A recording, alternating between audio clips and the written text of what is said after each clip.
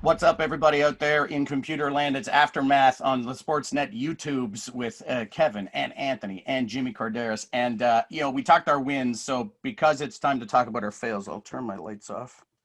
Lights out, Setting the guys. mood. Setting the mood. I It's like time to it. I talk like about it. the thing we didn't like this year, the one thing we didn't like. I know a lot of us are in agreement on one thing. Maybe I'm going to start with Anthony because Anthony might say something else. So, Anthony, what was the thing you didn't like? What was your big fail for 2020 this year? I thought there was a lot of potential, unrealized potential in Raw Underground.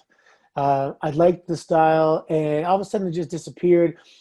If done right, that could have been huge, but they just kind of threw it together. It looked like unorganized last minute, and now it's just gone. So it was a poor attempt at something that I think could have been really, really well done.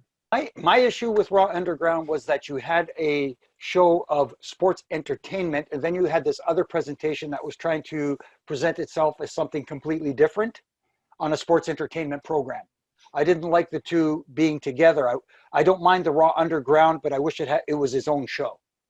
Mm-hmm. Separate the two.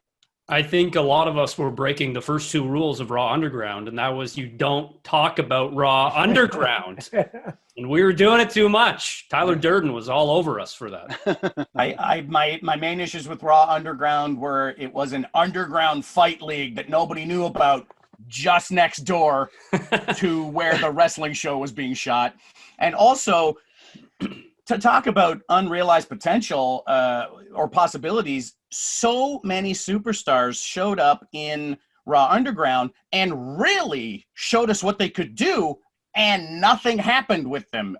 People like Arturo Ruas, people like Dabakato and Jessamine Duke and Marina Shafir went in there and murdered people. And where are they? Why aren't they on our TVs every week? If they're that murderous and they can really beat people up, get them on my TV and put them in some matches with some other people. But nowhere to be found. We will never speak about it again. Yeah, well, when I was training in Japan, they have that different style that they call it like the work shoot style, and their philosophy is that all you have to do is take out the pins, the 1, 2, 3s, and in theory, it's that style. If it's knockout and submission only, you can still use a professional wrestling arsenal and apply it. It's like the problem was they were flicking the switch too much to boom, it's MMA.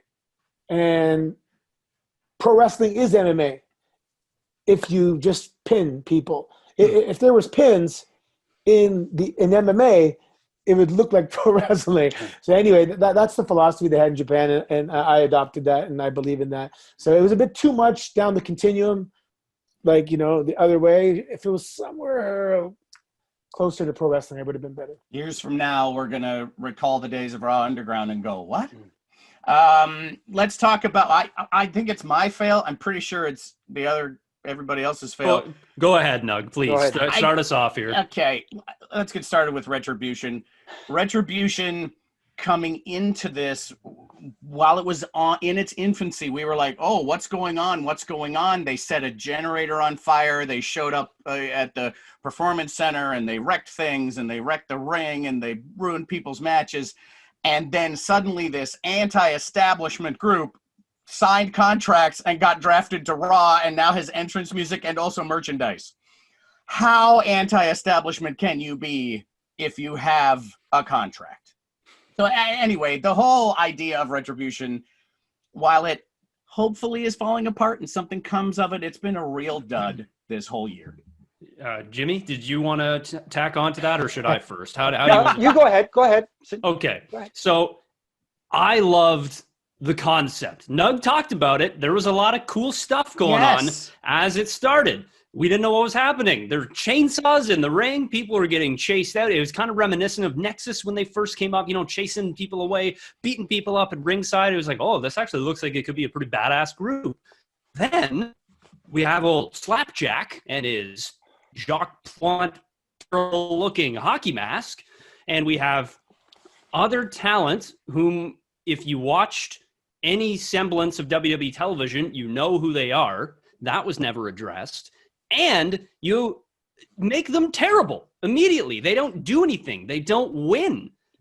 How am I supposed to take them seriously? I think I can speak for all of us when we say I was pretty fired up for Retribution. I thought that they could be cool. And then they were the least cool thing of all time. Yeah. If Pee in Your Pants is cool, then they are Miles Davis. Oh boy. Oh, I got like they were absolutely, it was crushing to see this decline that they took. Jimmy, tag here, hot tag. Go ahead. Okay, hot tag. I agree with both you guys. This was going to be my fail, but I'm going to add to it a little bit now because listening to all three of you speaking about missed opportunities and missed potential. We talked about all the people in Retribution. Nug, you talked about the people in Raw Underground. I have to add to the list others that came from NXT, like Keith Lee and the bro-nut eating, flip-flop wearing Matt Spicoli. Yeah, Matt he's not Riddle, called sorry. Matt anymore. Don't use his name. No. Okay, just Spicoli then. Again, this is a missed opportunity. Here's Keith Lee who shows up, defeats Randy Orton of all people on Raw, and then it kind of went, I'd love to say sideways at least. It didn't even go sideways. It took a step back. Same thing with Matt Riddle and this whole persona he's taken on, which is basically him, but that's neither here nor there. But yes, the Retribution thing was, I know I said earlier that they make me long for the days of the Mean Street Posse. I'm actually looking forward to the old Tough Enough gang as well. Oh boy, I gotta say, Retribution, I can't say they were dead in the water because they never really even got to the water. But guys, let us know on Twitter what your big fail was for 2020. Use the hashtag AskAftermath. Be sure to tag Jimmy Corderas in it because Jimmy wants to know what you didn't like. It's his life's blood. He needs to know. Over the holidays, yes. For the holidays especially. So we are being festive. I hope you're enjoying your festive activities in a safe and healthy way. And we'll be back with more over the holidays with Aftermath on YouTube.